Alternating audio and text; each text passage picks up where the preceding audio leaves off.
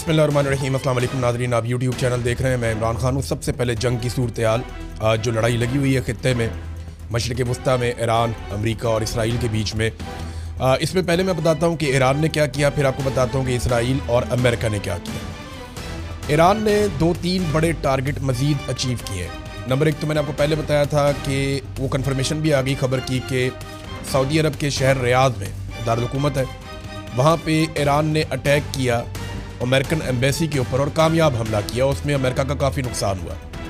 उसके बाद सऊदी अरब में ये CIA का ऑफिस है जहाँ से CIA ऑपरेट करती है और यहाँ से वो अपनी कम्युनिकेशन, अपनी इंटेलिजेंस, उसकी शेयरिंग, ये बहुत सारा काम यहाँ से करते हैं। तो इसके ऊपर भी हमला किया ईरान ने और कामयाब हमला किया है।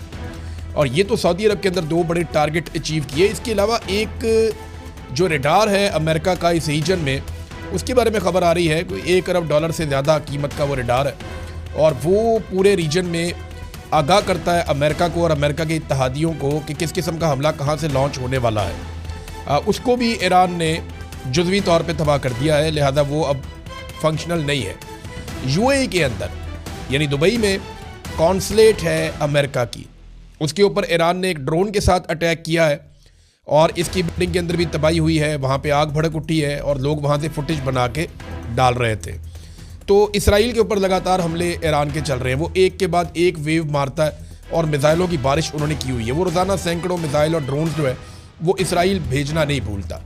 इसराइल के वो शहर जिनके बारे में हमेशा से कहा जाता था कि आयरन डोम लगा हुआ है, अमेरिकन पैट्रियट सिस्टम काम कर रहा है, तो इसराइल के ऊपर कोई भी हमला कामयाब नहीं हो सकता। तो वो कामयाबी होती हुई दिखाई दे रही है। लोग वीडियो बनाते हैं क्योंकि अमेरिका के और इसराइल के दिफाई निज़ाम को थका कर रख दिया ईरान ने। ये इन्होंने कैसे किया, इसके ऊपर हमने एक अलग वीलॉग करना है। मैं एक वीलॉग कर रहा हूँ कि ईरान ने अपना पूरा का पूरा मिसाइल्स का स्ट्रक्चर क्यों बनाया, ईरान ने एयरफोर्स क्यों नहीं तैयार की, ईरान ने बाकी महाजों के ऊपर इतना काम क्यों नहीं किया, उसने मिसाइलों पे, ड्रोन्स पे, इन चीज़ों पे तवज्जो क्यों दी और उसकी हिकमत अमली क्यों कामयाब है। इसके पीछे बड़े बड़े हीरोज़ कौन थे जिन्होंने ईरान के लिए ये काम किया, जो ईरान के लिए हीरोज़ हैं। इस पर एक अलग वीलॉग करेंगे, बड़ी तफसीलात हम इकट्ठी कर रहे हैं, आपके सामने रखेंगे। अब इसराइल के ऊपर लगातार हमले हो रहे हैं। इसराइल की जो अहम तरीन बिल्डिंग्स हैं, उनके जो सरकारी दफातर हैं, वो सारे खाली हैं और उनको ईरान एक एक करके तबाह कर रहा है। और ये इंफ्रास्ट्रक्चर का एक बहुत बड़ा नुकसान है जो इसराइल को होने जा रहा है। इसराइल की बहुत सारी ऐसी साइट्स जहाँ उन्होंने बहुत इन्वेस्टमेंट की है, उनको भी ईरान तबाह कर रहा है, जबकि रोकने का खर्चा बहुत ज़्यादा है। ईरान के मिसाइल को जब रोका जाता है तो उसका खर्चा बहुत ज़्यादा है। ईरान के ड्रोन को जब रोका जाता है तो उसका खर्चा बहुत ज़्यादा है। इसराइली शहरियों की हालत इस वक्त ये है कि वो बंकर्स के अंदर चले गए हैं, तहखानों के अंदर उनको भिजवा दिया गया है। कुछ लोगों ने अपने प्राइवेट बनाए हुए थे, वो वहाँ चले गए। कुछ जो सरकार ने बनाए हुए हैं बहुत बड़े बड़े बंकर्स, वो वहाँ चले गए हैं तहखानों में। अब वो वहाँ पर जहनी मरीज़ बनना शुरू हो गए हैं। वहाँ से इतलात ये आ रही हैं कि लोग उकता गए हैं जंग से, जिस तरह के धमाके हो रहे हैं और जैसी तबाही की खबरें इन बंकर्स के अंदर पहुँच रही हैं। यानी अगर बाहर तबाही ना हो रही होती और इसराइल कामयाबी के साथ तमाम मिसाइलों को और ड्रोन्स को रोक रहा होता, अमेरिका उसकी मदद कर रहा होता, तो सूरत हाल कुछ और होती। देखिए ना, अब अमेरिकी इस खित्ते से जान बचाकर भाग रहे हैं। 10,000 अमेरिकी खलीजी ममालिक से और इसराइल से निकलकर वापस जा चुके हैं अब तक की इतला के मुताबिक। और जो फ्लाइट दस्तयाब होती है, जैसे भी मिलती है, अमेरिकन वहाँ से फ़ौरन निकलते हैं। और ये अमेरिका की सरकारी पॉलिसी है कि निकलो यहाँ से जाने बचा के। तो इसराइली ये सोच रहे हैं कि हमने तो उनको लड़ने के लिए बुलाया था, वो अपनी जानें बचा के वहाँ से निकल रहे हैं और हम यहाँ पे बंकर्स के अंदर, ज़मीन के अंदर नीचे बैठे हुए हैं।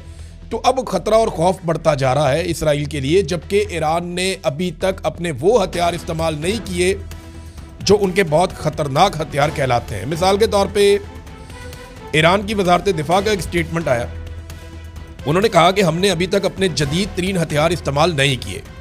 हम जंग के आगाज़ पर अपने तमाम जदीद हथियारों और आलात को इस्तेमाल करने का इरादा नहीं रखते।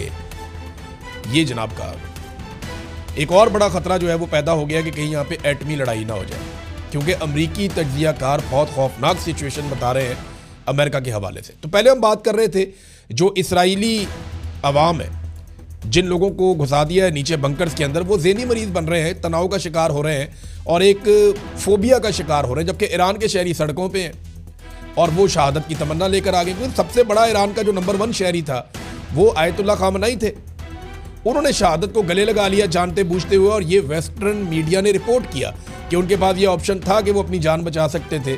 लेकिन मैंने जैसे आपको पहले कहा था कि खामनेई ये जानते थे कि अब उनकी ज़िंदगी से ज़्यादा उनकी शहादत ईरान के काम आएगी, तो वो शहीद हो गए। अब ईरान के अंदर हर बंदा शहीद होना चाहता है। और दूसरा जो एक बहुत बड़ा मसला हो गया, 167 बच्चियाँ 12 साल तक की उम्र की, ये 60 साल से 12 साल तक की उम्र की बच्चियाँ हैं। वॉलीबॉल की 3 टीमें खवातीन की, वो भी शहीद हो गई हमले के पहले ही दिन।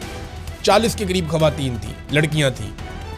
तो ये बहुत बड़े पैमाने पर तबाही फैली है। अभी भी 60 बच्चियाँ अस्पतालों में दाखिल हैं, जिनमें बहुत सारों की जान खतरे में है। इस किस्म का वाकया अगर दुनिया में कहीं भी होता या कोई भी कर देता तो दुनिया की नंबर 1 टॉप खबर बनता और सालों तक इसको डिस्कस किया जाता। 167 छोटी बच्चियां ईरान ने एक साथ दफनाई है। इतना बड़ा वॉर क्राइम आज तक हमने, जो तारीख है दस्तयाब तारीख, उसके अंदर यहाँ नहीं सुना हमने, जो जदीद दुनिया के अंदर अभी अमेरिका ने और इसराइल ने कर दिया है। उसके बाद ईरानियों का सोचने का तरीका ही बदल गया। वो रजीम चेंज ऑपरेशन, वो हुकूमत की मुखालफत, वो सारी चीज़ें चली गई। लोगों ने कहा हम आपस में लड़ते रहे, जो मर्जी करते रहे, हमारे दुश्मन वो हैं जिन्होंने हमारी बच्चियां मार दी। इससे एक बहुत बड़ी तब्दीली आई और ये एक बहुत बड़ी गलती है। और जो खामनेई शहीद ने किया, उसके बाद तो सूरत हाल बिल्कुल ही एक तरफा हो गई है। अब वहाँ पे लोग मौत से डरते नहीं हैं। इसराइल के लिए ये प्रॉब्लम है, उनके शहरी जो हैं वो फोबिया का शिकार हो रहे हैं, अमेरिकन खित्ते से अपनी जानें बचाकर भाग रहे हैं। दूसरी तरफ ईरान के ऊपर लगातार अटैक्स हो रहे हैं, बार बार अमेरिकन अटैक कर रहे हैं। और जो सुप्रीम लीडर का इंतखाब करने वाली कमेटी थी, उसने जिस बिल्डिंग में इकट्ठे होकर ये इंतखाब करना था, उस बिल्डिंग के ऊपर अटैक किया गया। नुकसानात के बारे में वही तफसीलात नहीं आई, लेकिन ये दावा किया गया कि वहाँ कई लोग शहीद हुए हैं।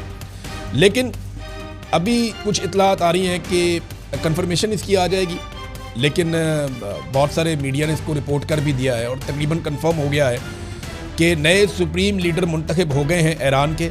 अबूरी लीडर थे, इससे पहले मैंने आपको बताया था, एक आए थे। तो जो नए सुप्रीम लीडर मुंतखब हुए हैं वो आयतुल्लाह खामनेई के साहबजादे मुंतखब हुए हैं। इनका नाम है जी मुज्तबा खामनेई। अब इनके बारे में 4 चीज़ें मैं आपको आज बता देता हूँ, फिर तफसील से हम बाद में बात करते रहेंगे। 56 साल इनकी उम्र है। ये आयतुल्लाह खामनेई के दूसरे बड़े बेटे हैं और पासदाराने इनकलाब से इनका बहुत गहरा ताल्लुक़ है। और ये अपने वालिद की तरह, इनके जो अकायद हैं वो उसी तरह के हैं।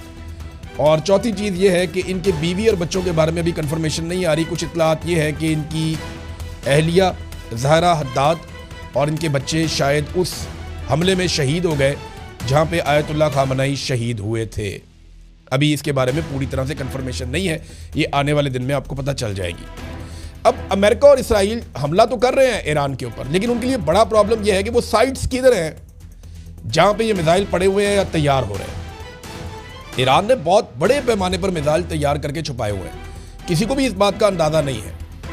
ईरान के पास जो लॉन्चर्स हैं वो मूवेबल हैं, यानी वो व्हीकल्स के ऊपर मूव करते हैं। कभी किसी इलाके से लॉन्च करते हैं, कभी किसी इलाके से लॉन्च करते हैं, कभी किसी और एरिया से जाके लॉन्च कर देते हैं। तो जिस एरिया से लॉन्च होता है वो एरिया तो आइडेंटिफाई हो जाता है, लेकिन वो एरिया वहाँ से बहुत दूर होता है या किसी दूसरे मुकाम पे होता है जहाँ पे एक्चुअली ये मिसाइल बनाए जा रहे हैं या स्टोर किए हैं। तो अमेरिका उन साइट्स को ढूंढ नहीं पा रहा, और अगर ढूंढ भी ले तो वो ज़मीन के अंदर 500 मीटर तक गहराई में है। अमेरिका की जो मैक्सिमम कैपेसिटी है, जो दुनिया के बेहतरीन दस्तयाब बम है, जिन्हें अगर ड्रॉप किया जाए तो वो ज़मीन की गहराई तक जाके हमला कर सकते हैं, वो 200-300 मीटर है। ये 500 मीटर या उससे ज़्यादा गहराई के अंदर पहाड़ों के सीने चीड़ के इन्होंने बहुत बड़ी बड़ी सुरंगें बना के उनके अंदर पूरी मिसाइल सिटी बनाई हुई है और रोज़ाना की बुनियाद पर अपने ड्रोन्स तैयार कर रहे हैं। तकलीफ नहीं, अपना ख्याल रखिएगा, अपने इस चैनल का भी। अल्लाह हाफ़िज़।